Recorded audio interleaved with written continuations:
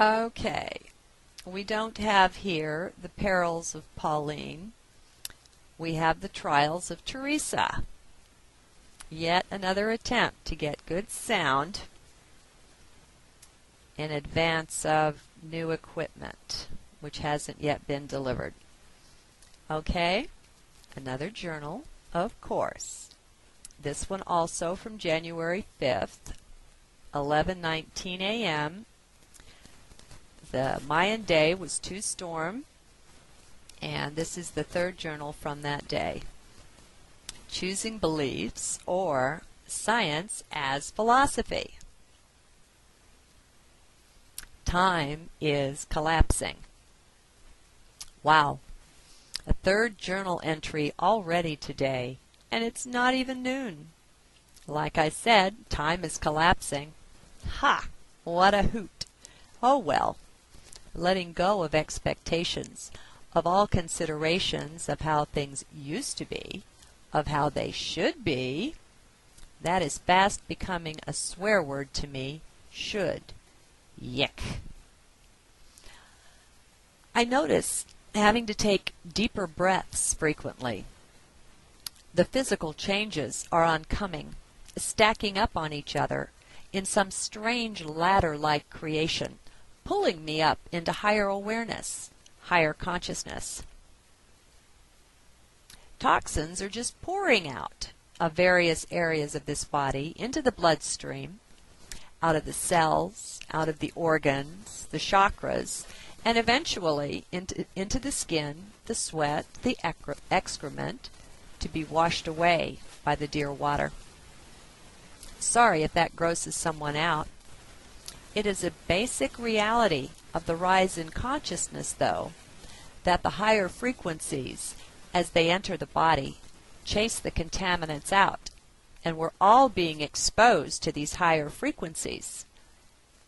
There are solar radiations, and there are cosmic radiations, and there are new energies that we're being exposed to and bombarded with every day, every minute. Many people who think they have this or that problem, disorder, or physical issue these days are really just dealing with this, with detoxifying to make way for the light. So, maybe it's not a cold. It's a good thing, really. So, do consider the possibilities anyway, and do consider taking advantage of all you know already about how best to support your body-mind through this process. We have many light workers incarnate, bringing forth various teachings of health. Everyone's heart guides them, without fail, to the right things, in the right time. The trick, of course, is to be in heart when the guidance is given. That is not so esoteric as it sounds. I know I used to think it quite esoteric or mystical when I would read in the various texts that all answers reside within, that the kingdom is within, about the still small voice, and all that. I thought, yeah, that sounds neat, but so what? How do I access that? How do I make it practical? And so I would go on.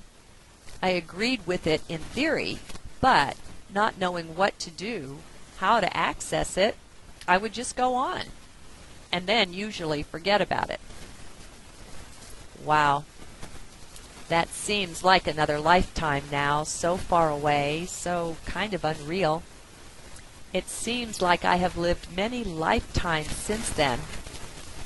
I know I have gone through many different realities, many stages if you like, where there was such internal shifting as to have crafted a significantly different outlook and concept on the whole, on reality.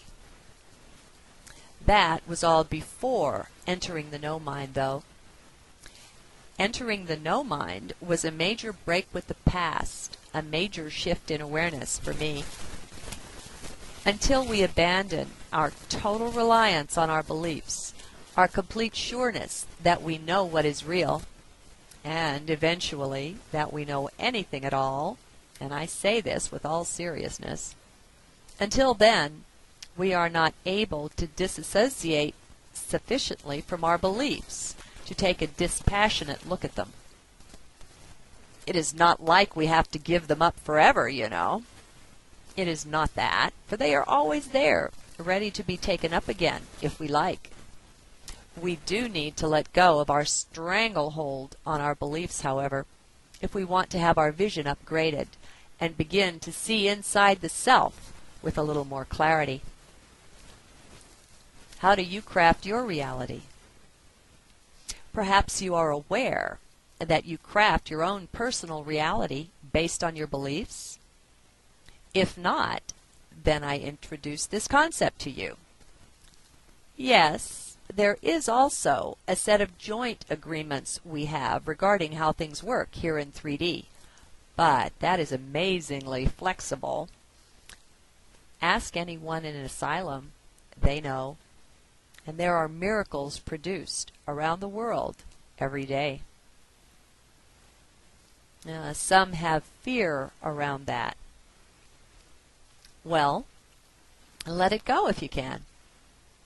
Just long enough to examine it, to look at it. You know, it is what it is, and what happens is what happens, and to have any fear over that is not a bit productive. It doesn't add anything, except perhaps for bad judgment and decisions, to the picture. Fear is just a useless waste of energy. So, come on, lighten up, and just let it go. Drop it. You can do that, you see. You are the king. You are the queen of your own domain. Most of us have quite abdicated our throne, and so very long ago, too, lifetimes ago. But it is still there, faithfully waiting for you. In your world, your decisions rock. They are law. The way you set your intent may be more powerful than you now know. Anyway, not to get sidetracked, beliefs are the thing mainly, and they are things of mind and of habit. What is a belief but a thought that is repeated again and again? No one forces them on us. Oh yes, they surely try, but no one can force you into any internal decision. You are in charge of that. It's just a matter of taking back the reins and picking back up your scepter of authority to rule once again over your own personal domain. I know, some people think this is crazy talk. God bless them, and let them think what they will. It's no skin off my nose, as we say. There is something to be said for walking a mile in someone's moccasins, though, before making such judgments. Just a word to the wise. I'm not out to convince anyone of anything, you see. That can't be done anyway, not the way I see things.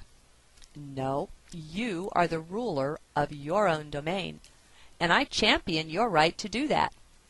I don't care how you craft it. That's up to you. I just care that I offer you here the very best gifts that I have to offer that come straight from my precious kingdom of the heart of light. The light is one light, you know, and we all have it. All have access to the same light.